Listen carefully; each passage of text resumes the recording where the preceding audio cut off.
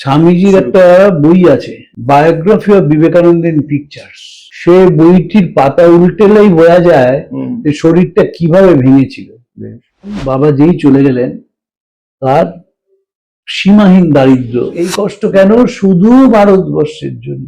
যে একটা হাতে যন্ত্রণাক্লিষ্ট মানুষের চোখের জল মুছিয়ে দেন, আর আরেকটা হাতে এগিয়ে যাওয়ার পথ বলে দেন। কষ্ট যা পেয়েছে, হাঁপানির কষ্ট কম হয়েছে স্বামীজি। তো স্বামীজি একটা কথা বলেছিলেন, যখন সচ্ছল ছিল পরিবার তখন বন্ধু বান্ধব আত্মীয়রা আসতেন। যেই দারিদ্রের মুখোমুখি হলেন সবাই আসা যাওয়া কমিয়ে দিল। সেটা স্বামীজি কিউনার দিকেই তাকাননি, কে তাকে ভালো বললো কে তাকে ভালো বললো না।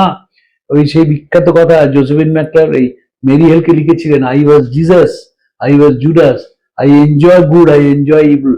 Both my play, my fun. And now I am going to be truly Vivekananda.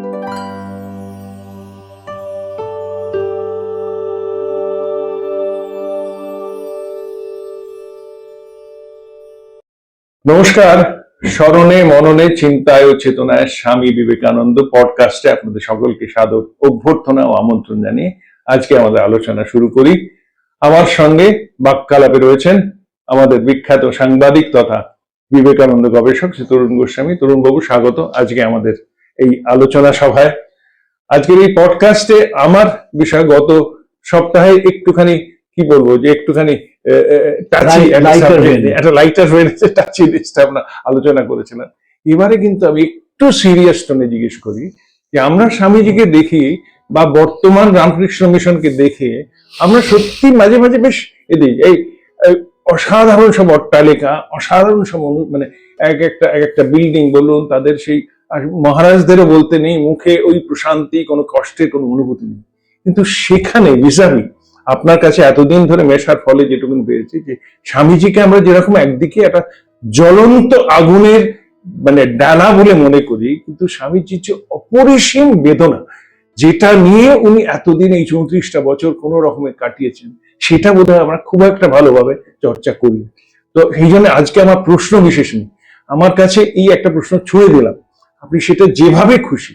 তার ছোটবেলা থেকে যেরকম একদিক দিয়ে একটা কন্ট্রাস্ট, একটা অসম্ভব রকমের ধনী পরিবারের, এরকম বনিদের পরিবারের ছেলে ভিসাভি তার একটা ঠাকুরের আদর্শে ওই একখানা প্রচন্ড রকমের আদর্শকে ইমপ্লিমেন্ট করার জন্য যে কি অপরিসীম কষ্ট, সেখানে অভুক্তি বলুন, তার নিজের মানে কি কত ধরনের কষ্ট আর কি, অপরিসীম তাচ্ছিল্য, তার থেকে সমস্ত কিছু। আপনি যদি এবার স্বামীজির একটা বই আছে, বেশ, biography of Vivekananda in pictures.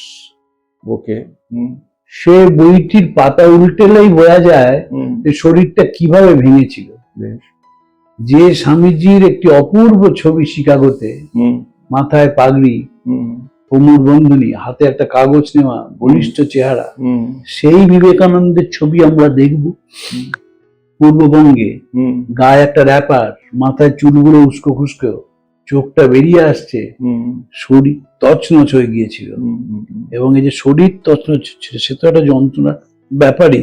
আপনি অন্য দিক দিয়ে ভাবুন, 23 বছরের ছেলে তার বাবাকে হারালেন, হঠাৎ একদিন মাথা থেকে ছাতা চলে গেল, কাউকে কিছু না জানিয়ে বিশ্বনাথ চলে গেলেন। বিবেকানন্দ তখন বন্ধুর বাড়িতে গান গাইছেন, সেখান থেকে শ্মশানে চলে গেলেন নিমতলায়, বাবাকে দাহ করলেন। তার 2 বছরের মধ্যে, এবং বাবা যেই চলে গেলেন তার সীমাহীন দারিদ্র, দারিদ্রের মুখ দেখেন। কন্ট্রাস্টটা কি প্রচন্ড রকম। কন্ট্রাস্টটা হচ্ছে যে বিশ্বনাথ দত্ত দান করতেন, বেশ পয়সা রাখিয়ে রেখে যাননি, আর আনডিভাইডেড হিন্দু ফ্যামিলি অ্যাক্ট। বেশ, কালকে আমি স্বামীজির বাড়িতে বলতে গিয়েছিলাম, সেখানে আমি বললাম যে আমি এখন মূল্যবোধের কথা বলি, মনে রাখতে হবে এই বাড়ির মতো কদর্য বাড়ি কলকাতায় বড় বেশি একটা ছিল না। ভুবনেশ্বরীকে শ্বশুর মশার ভিটা থেকে তাড়ানো হয়েছিল, ওইরকম সম্মানের বলে মনে হয়, কদর্য বাড়ি ছিল। স্বামীজির বাবা মা ভাই বোনদের কথা ছেড়ে দিন, বাকিরা স্বামীজির কাকিমা, স্বামীজির জেঠিমা পদে পদে ভুবনেশ্বরীকে অপমান করেছেন। স্বামীজির তখন একাকার অবস্থা, মনে রাখবেন ভুবনেশ্বরীর এমন দারিদ্র যে ছেঁড়া চেলি পড়ে রয়েছেন, ছেলের সামনে আসতে পারছেন না। আর ছেলে বলছে যে আমার বন্ধুর বাড়িতে নেমন্তন্ন আছে, এই বলে কলের জল খেয়ে তিনি রাস্তায় বেঞ্চে শুয়ে রয়ে বাড়িতে ফিরছেন, যেন খেয়ে এসেছি। দারিদ্রটা ভাবুন। এবং দারিদ্র তো পরিবার হওয়ার কথা ছিল না, নিজে অ্যাটর্নি ছিলেন, তিনি এত উদার ছিলেন, এটা আমি সবাইকে বলি। ভুবনেশ্বরী তার ছেলেদের নিয়ে বাপের বাড়ি চলে গিয়েছিলেন, ছেলে মেয়েদের নিয়ে। কেন? কারণ বর এত দান করে অপাত্রে, তিনি তার প্রতিবাদ করতে চেয়েছিলেন। তিনি আবার ফিরে এসেছিলেন, তার স্বামী কিন্তু বলেছিলেন যে আমি দান বন্ধ করতে পারবো না।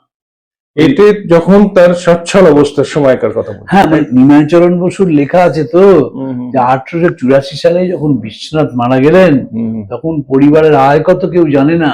মাসিক খরচ ছিল 50,000 টাকা, আর তার স্ত্রী 3,000 টাকা মাসোহারা পেতেন। বলে লাভ নেই। ভুবনেশ্বরীর তার পকেট মানি ছিল 3,000 rupees a month. Pocket money, সেটা সংসার খরচ না, নিজের জন্য। নিজের জন্য। হ্যাঁ, ফলে সেই বাড়িতে বড় হয়েছিলেন। আমরা রাজাবাজারের কাছে বসে কথা বলছি, এখান থেকে মুসলমান পাচক যেত বাড়িতে বিরিয়ানি রান্না করতে। কজনের বাড়িতে যেত? কজনের বাড়িতে? তখন কলকাতায় কজনের বাড়িতে মুসলমান পাচক গিয়ে বিরিয়ানি রান্না করে আসতো? উদাহরণ দেখাতে পারবেন? পারবেন না। কিন্তু তাকে এক্সট্রাভেগেন্স তো বলা যাবে না, মানে এক্সট্রাভেগেন্স ছিলেন না, কিন্তু অর্থের কষ্ট তো বোঝেননি। পরে কি হয়েছিল, কি বুঝতেও দেননি। তিনি ভগবানের কথা শুনলে বলতেন, ওসব বলিস, এখন বাবা মারা গেছেন, দিশাহারা হয়ে গেলেন। ঠাকুর তার হয়ে বলে, যখন মার কাছে চাইতে পারলেন না কিছু, বলেন জ্ঞান দাও, বিবেক দাও, বৈরাগ্য দাও, তখন ঠাকুর বলে আমি মার হয়ে বলে দিচ্ছি, তোর মার মোটা ভাত কাপড়ের অভাব হবে না। হয়নি? মোটা ভাত কাপড়।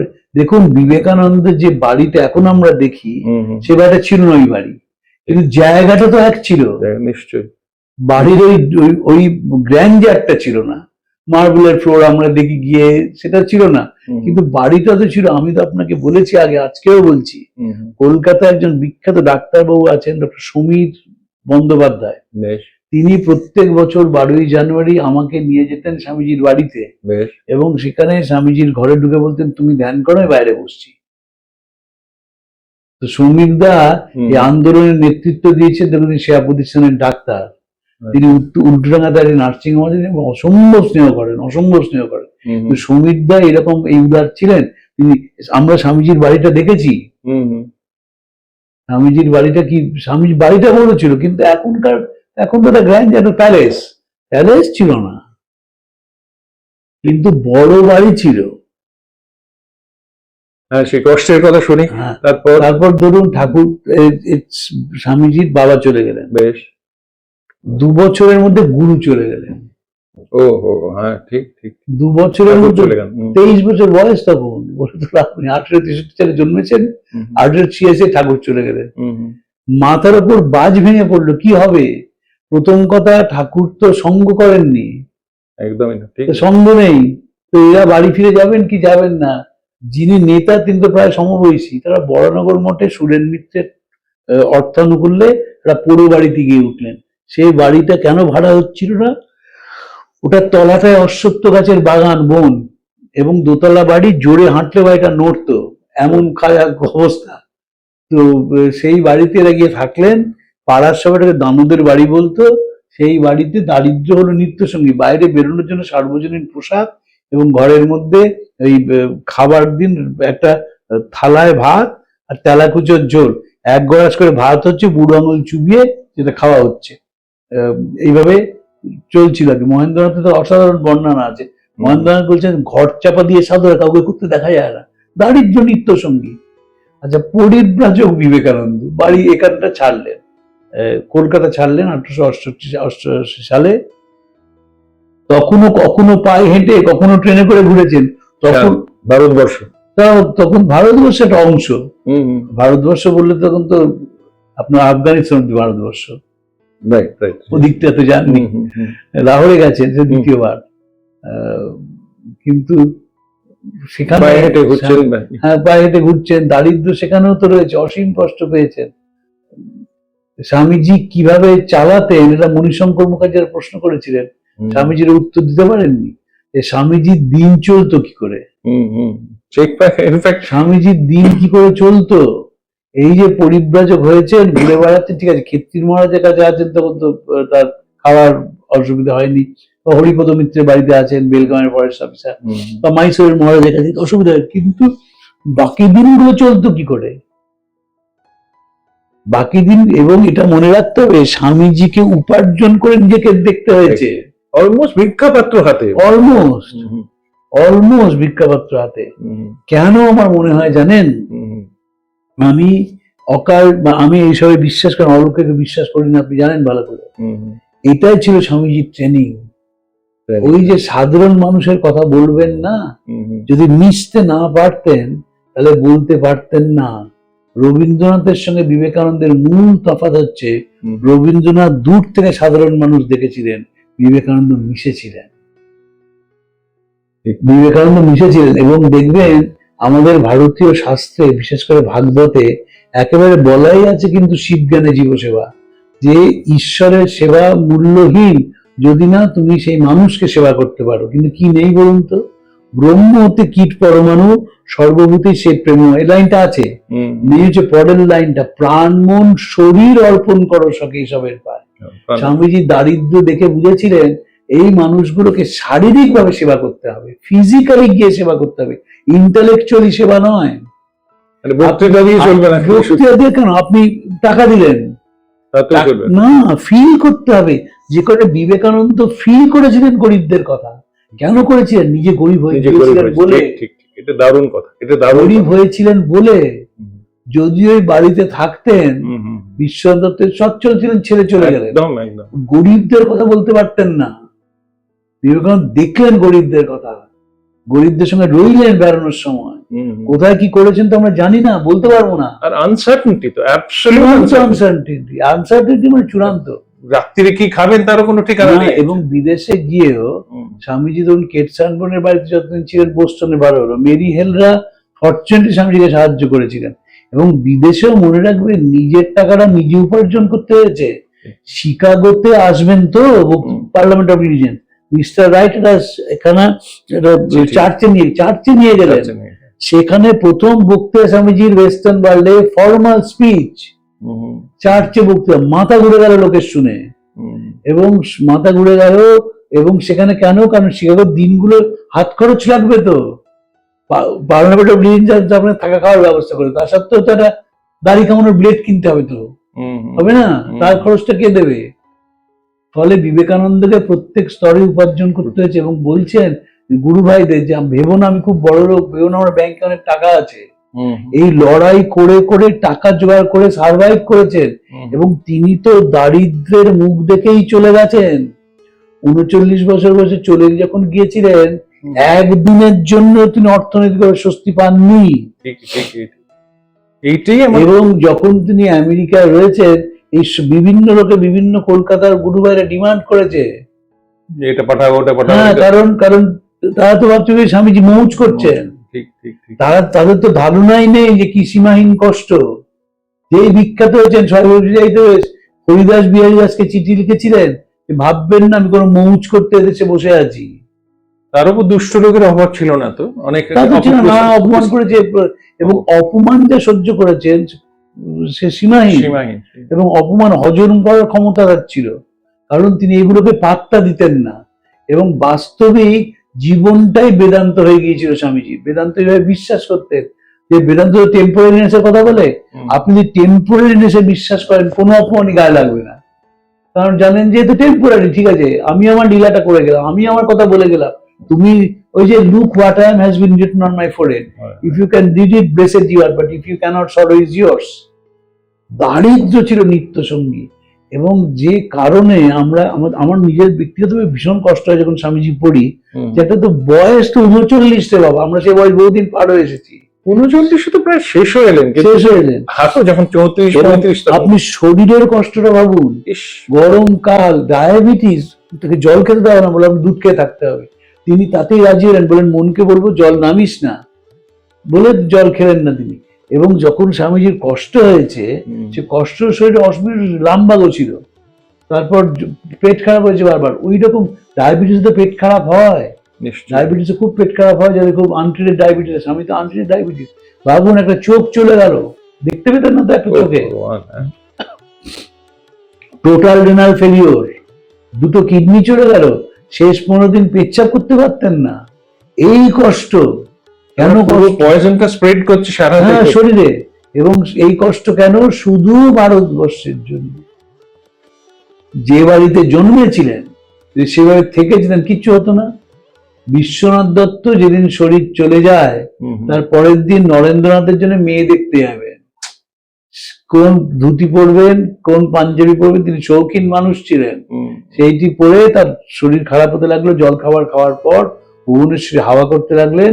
কিছুক্ষণ পর তার শরীর চলে গেল। Massive cerebral stroke. ছেলেরও তাই হয়েছিল। ভূপেন্দ্রনাথ মাকে বলেন, বাবার যা ব্যারাম সেই ব্যারাম হয়েছিল। এবং শরীরে কষ্ট দেখবেন রয়েছেন। স্বামীজির বেলুর মঠে দুর্গাপুজো হচ্ছে, এত ধুম জ্বর, নামতে পারলেন না। শিষ্যকে বলছেন পায়ে হাত বুলিয়ে দে, পা টাটাচ্ছে, পায়ে ব্যথা হচ্ছে, যা ডায়াবেটিস হয়। একই, শুধু পায়ে ব্যথা নয়, একদম ওই ভেন গুলো তো আটকে যাচ্ছে না, পায়ের আর্টারি গুলো আটকে যাচ্ছে, পায়ে ব্যথা হচ্ছে ভীষণ। কোনো ডপলার টেস্ট নেই, একদমই নেই। আচ্ছা, স্বামীজির সঙ্গে সমভাবে হ্যাঁ কোন তার গুরু ভাই, গুরু ভাই কেন, সকলেই তো কষ্ট করেছেন। ধরুন স্বামীজির নেতৃত্বে রইলেন, বাড়ি ফিরে যেতে পারতেন তো। ঠাকুর তো চলে গেছেন, ঠাকুর তো মাত্র 4-5 জনকে দীক্ষা দিয়েছিলেন, বাকি দীক্ষাও দেননি। তারা চলে যেত, বাড়ি চলে যেতে পারতেন। বিবাহ, এদের মধ্যে ব্রহ্মানন্দজি বিবাহ হয়েছিল, যোগানন্দজির বিবাহ হয়েছিল, বুড়ো গোপাল দাদার বিবাহ হয়েছিল। এরা কোথায়? শিবানন্দজির বিবাহ হয়েছিল। এরা কোথায় যাবেন? সমস্যা হলো, এরা খুব ফিরছেন না। এর নেতা হচ্ছে স্বামীজি, বড়নগর মঠে আছেন। এবং অভেদানন্দের সঙ্গে তুমুল তর্ক হচ্ছে বেদান্ত নিয়ে। বেলা হয়ে গেছে, শেষে রামকৃষ্ণানন্দজি জোর করে স্নান করতে পাঠাচ্ছেন। তারপর ঠাকুর হোটেলে কিছু খাবার এনে তারা ওই কচুরি সিঙ্গারা খেয়ে দিন কাটাচ্ছেন।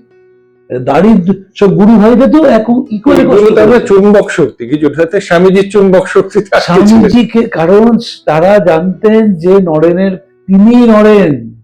তারা স্বামীজির মধ্যে ঠাকুরকে দেখতে পেরেছেন, এবং তাই জন্য এই কষ্ট তারা সহ্য করতে পেরেছিলেন বা সহ্য করেছিলেন।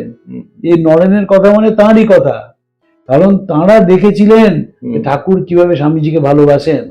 এবং নরেন যে লিডার তারা বুঝেছিলেন।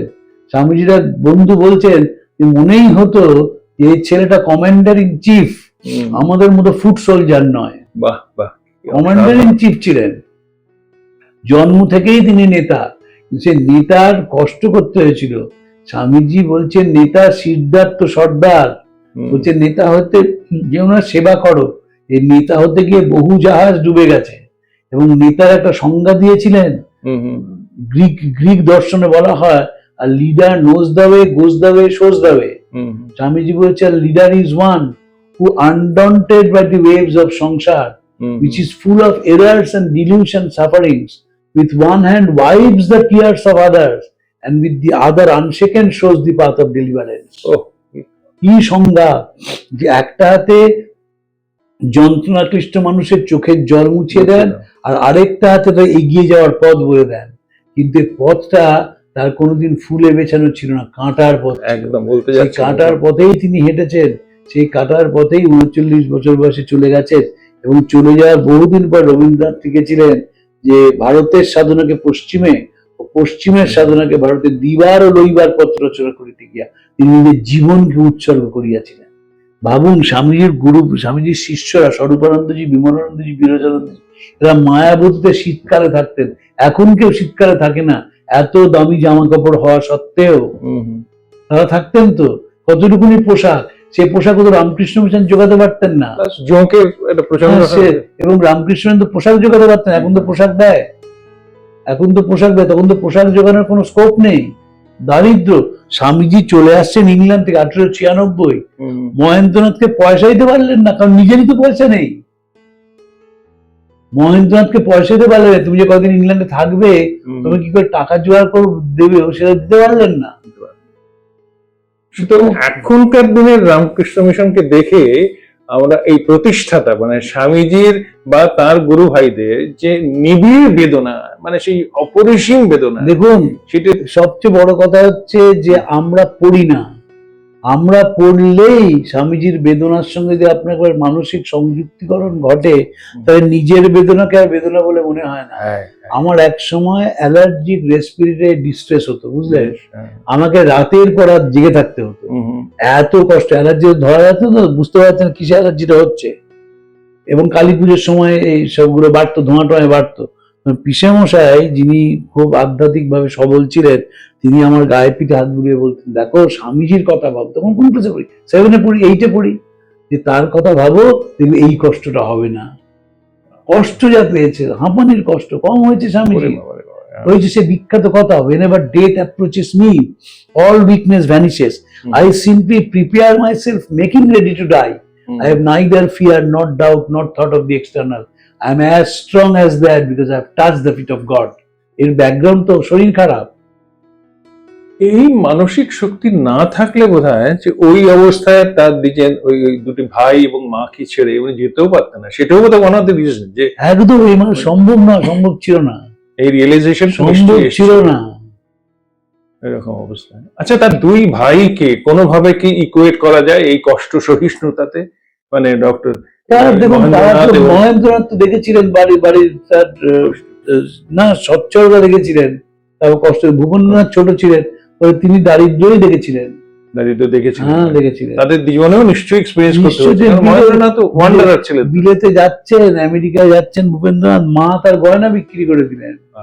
ভূপেন্দ্রনাথ সেই পয়সাই তার যাওয়া, চেয়ে চিনতে নয়। ভূপেন্দ্রনাথ রিজয়েন্ডার দিচ্ছেন, কিসের চেয়ে চিনতে? মা তার গয়না বিক্রি করেছেন, সেই টাকায় গেছে।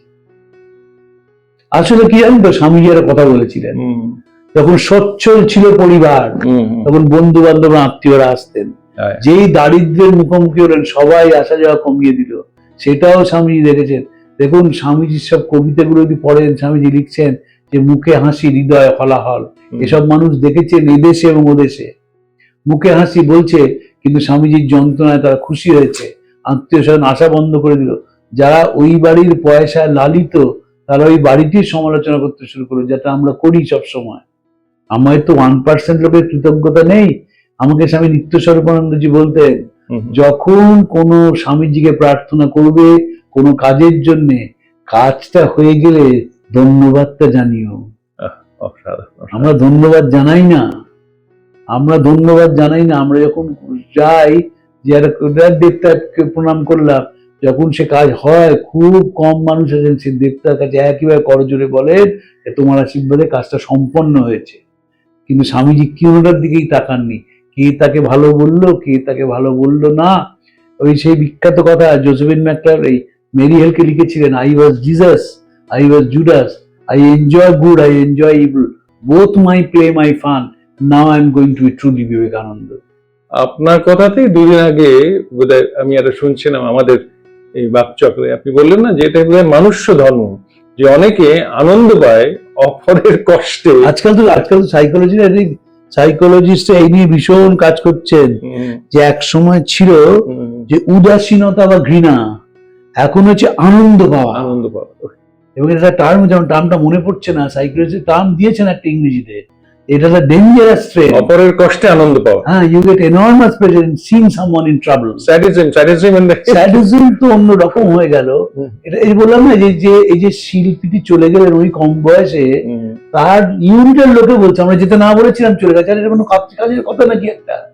আমি একজনকে বললাম যে ভাই সাবধানে মোটরসাইকেল চালিও, তারপর তিনি যে কোনো কারণে পড়ে গেলেন, হাত পা ভাঙলো। আমি খুশি হয়ে বলবো, আরে আমি তো বলেছিলাম যে সাবধানে চালাও, মানেনি, তাই পড়ে গিয়ে ভেঙেছে, ভালো হয়েছে। আরে তার মানেই হচ্ছে আমার ইগো, আমার এক্সপ্রেশন অফ মাই ইগো। আমি তার সঙ্গে সহানুভূতিশীল, যন্ত্রণাটা যে পেলো, হাত ভাঙলো, পা ভাঙলো, রাস্তায় পড়ে রইলো, আমি সে বিষয়ে তাকাবো না? পরে বিবেকানন্দ তাই হলো, যে খুশি হলো সবাই। তার কারণ কি, মানুষ যখন সচ্ছলতার মধ্যে দিয়ে যায়, অনেকের তো সেই সচ্ছলতা থাকে না, ফলে তারা ইনফিউরিটি কমপ্লেক্সে ভোগে। যখন সেই মানুষটার কোনো একটা ডিভাইন কজে সে বিপদের মুখোমুখি হয়, তখন বহু মানুষ আনন্দ পায়। দেখবেন মানুষের বিরাট আলোচনার বিষয় অপরের দুঃখ, তারা নিজের দুঃখ নিয়ে আলোচনা করে না। আমি যে ভেতরে খান হয়ে যাচ্ছি, আমি যে মনের কথা কাউকে বলতে পারি না, সেটা নিয়ে বলবে না, অপরের দুঃখ নিয়ে আলোচনা করবে। জানিস অমুকের মেয়ের ডিভোর্স হলো, নিমাই সাধন বসু একটা প্রশ্ন করেছিলেন গোলপার্কে, যে আমরা আলোচনা করি যে অমুকের মেয়ের তো অসম্ভব প্রগতিশীল ছিলেন, আমরা ভক্ত সম্মেলনে অমুকের মেয়ের ডিভোর্স হয়ে গেল, আমরা যদি বিবেকানন্দ রামকৃষ্ণ মা শারদার ভক্ত হই, সেই মেয়েটা যদি প্রার্থনা করি, তাহলেই সেই মেয়েটার জন্য যদি প্রার্থনা করি, তাহলেই বুঝবেন যে আপনার এই ধর্মচর্চা সার্থক। অসাধারণ অসাধারণ অসাধারণ, অশেষ ধন্যবাদ। এই অনুষ্ঠান বা এই আলোচনাটা বোধহয় মানে শেষ করার কোনো সীমা নেই। তবুও আজকে এই অল্প সময়ের মধ্যে আমরা যেটুকুনি পারলাম তরুণ বাবুর কাছে শুনলাম। আশা করি, আমি তো নিজে সমৃদ্ধ হলামই, আশা করি আপনারাও সমৃদ্ধ হয়েছেন। এইভাবে আমাদের সঙ্গে থাকবেন এবং নতুন নতুন বিষয় যদি আপনাদের মনে হয় যে আমরা আলোচনা করতে চাই, স্বচ্ছন্দে আমাদের বলবেন, আমাদের সাধ্যমতো চেষ্টা করবো। ভালো থাকবেন, নমস্কার।